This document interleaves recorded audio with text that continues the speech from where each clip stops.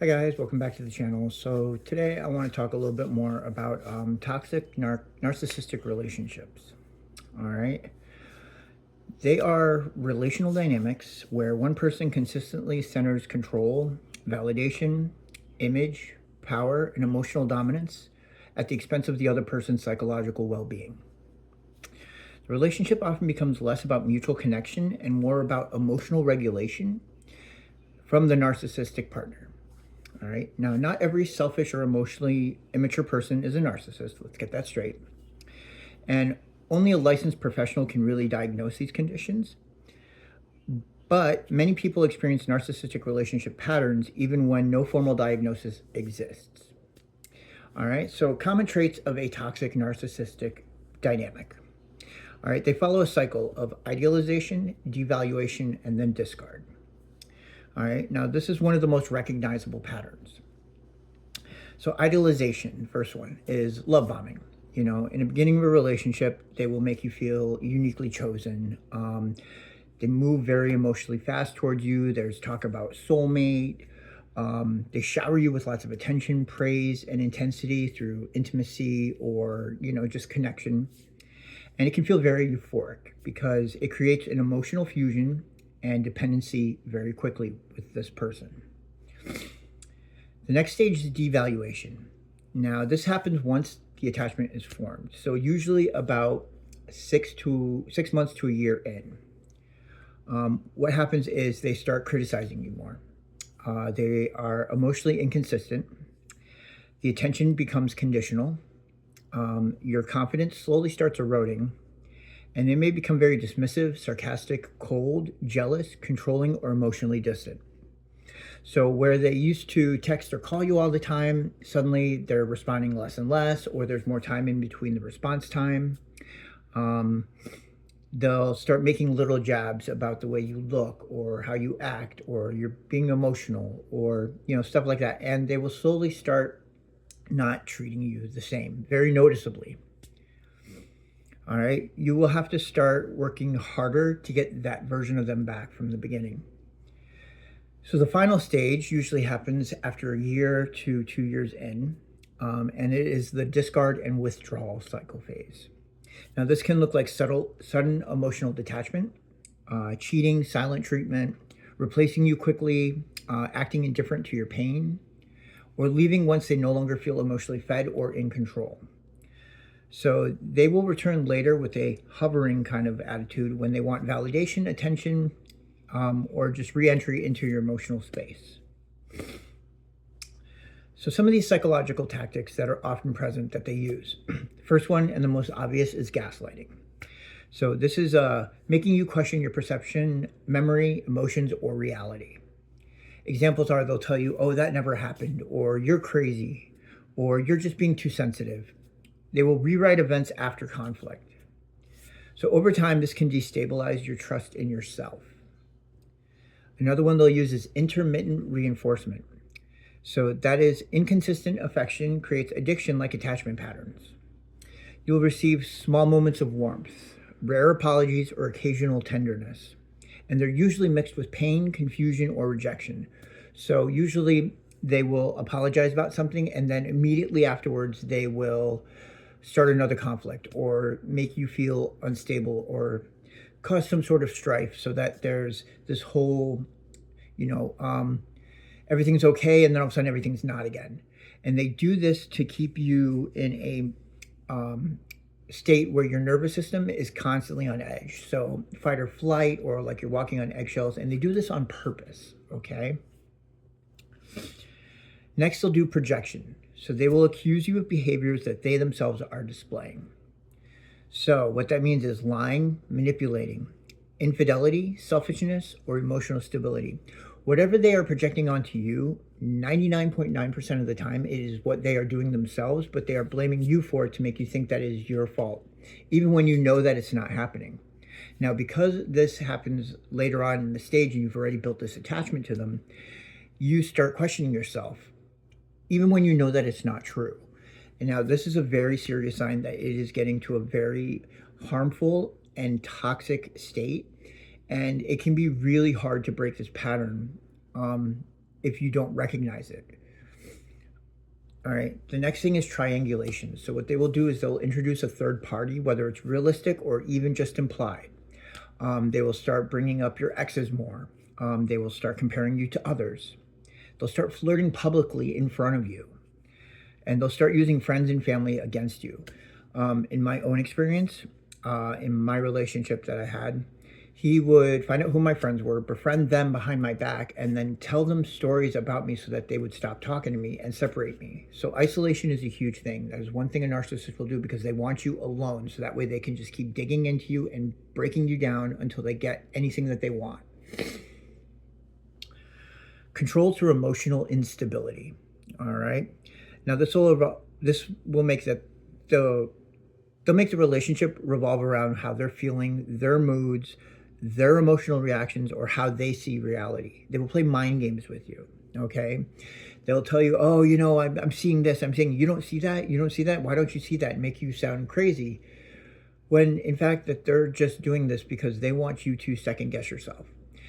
That will break down your nervous system even more to keep you more on edge. Now, when you do that, you start losing your self-worth, self-respect, the image of yourself, your confidence. All that stuff will start breaking down to a point where it's very dangerous for you because you then are in a situation where nobody's talking to you because they've set that up. They'll isolate you from your friends so that you don't know how to interact with them anymore, and it keeps you in a very susceptible and very dangerous position of getting hurt. What happens to the partner, aka the narcissist supply, the person that they are attacking or projecting all this onto? All right. People in this relationship often experience anxiety, hypervigilance, emotional exhaustion, loss of identity, low self-worth, confusion, trauma bonding, isolation, shame, and difficulty trusting themselves afterwards. Sometimes the deepest damage isn't the conflict itself that they're causing. It's the slow and gradual erosion of your self-trust. You usually ask, what am I feeling? And that gets replaced with, well, how can I avoid upsetting them? So when that shift happens, when you start questioning what can you do to make them happy as opposed to what are you feeling, that is how you know that there is a huge, huge shift happening and that you need to figure out a way to get away from this person, okay? Trauma bonding. One of the most serious side effects of a narcissistic relationship is trauma bonding. All right, it is a strong emotional attachment formed through cycles of pain and relief, okay? The nervous system becomes attached not because the relationship is healthy, but because the highs are intense, the lows feel devastating, and the relief feels euphoric after emotional pain. Now, this makes leaving extremely difficult when someone is intellectually knowing that this relationship is harmful. Trauma bonding is not a weakness. It is a conditioned attachment pattern. So why do these people stay in these types of relationships? One, they hope that the person will change. They have a fear of abandonment, financial dependence, spiritual beliefs, emotional addiction to the cycle, low self-worth, fear of loneliness, confusion from manipulation, and remembering the good version of the person. Because like I said, in the beginning, they will love bomb you and they will make you feel like you are the only person in the world and that they really did love you. When in fact, it was just a form of manipulation, and most of the time, they didn't really care for you. They only cared what they could get out of you. Many toxic relationships survive because the beginning felt profoundly real. Now, how to heal after a narcissistic relationship.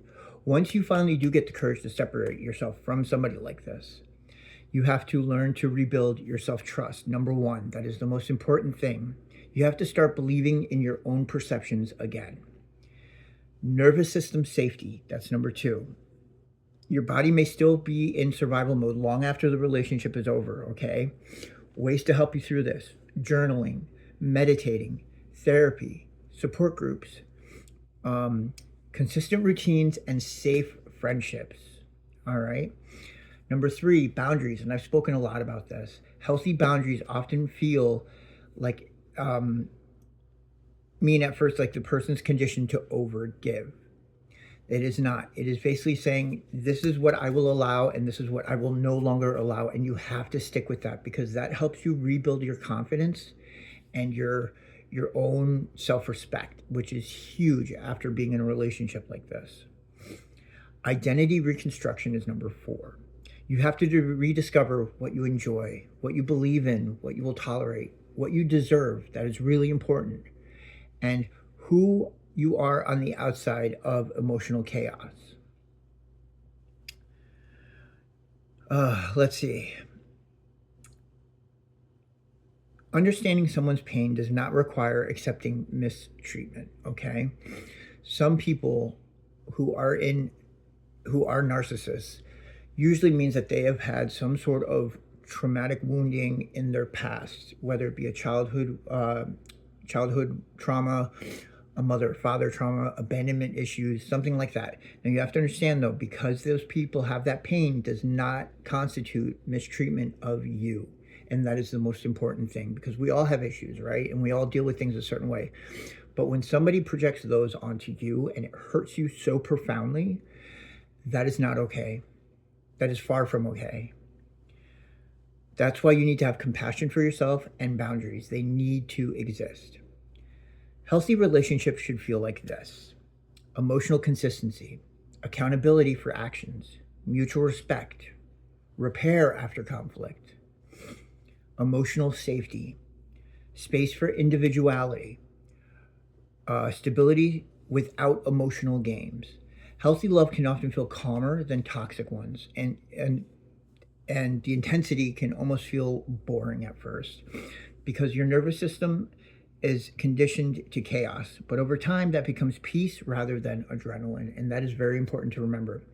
So when you're reconnecting with people after a narcissistic relationship, yes, some of the connections are going to feel boring because your nervous system doesn't know how to acknowledge something that is just peaceful and okay, because they're expecting this jolt of anxiety, stress, and it is hard to get used to that. It really is. That's why it's important to make sure that you rebuild yourself as a person first. Try not to jump into a relationship right away, because you're just going to repeat the cycle. And sometimes, in very rare cases, the narcissist supply becomes the narcissist, because that is how they were taught to behave. And that is not okay. It's a cycle that you want to end. And just know that there is help out there. Don't be afraid to speak up. If you feel like you're in this type of relationship and you feel that you're being isolated, or things have changed dramatically in your relationships with other people due to the person that you're with, please reach out. Ask for help. It's okay. That means that person is not meant for you and that they are only there to hurt you. When they say they love you, it is not love. All right? They are trying to gain something from you and then take it from you, leave you broken, and then move on to the next person. And you are a human. You are allowed to feel love, and you are allowed to be loved. Okay? Love is not painful. Love does not mean you constantly get hurt, made to feel stressed out, anxiety, because it affects your career, it affects your relationships with other people, it affects your daily life and just your entire, your whole well-being. You should not ever feel like you are less than, ever. A person that loves you will lift you up, which will help you want to grow. They will be there with you to grow, and you in turn help them grow. It's not one-sided. All right? So I will probably be speaking more on this. I am trying to make toxic narcissistic relationships a very, very realized thing, because I don't think enough people speak about it, and it is very serious. It is a mental health crisis. I personally have gone through it with many people in my lives, and I want to just make as many people aware of this as possible.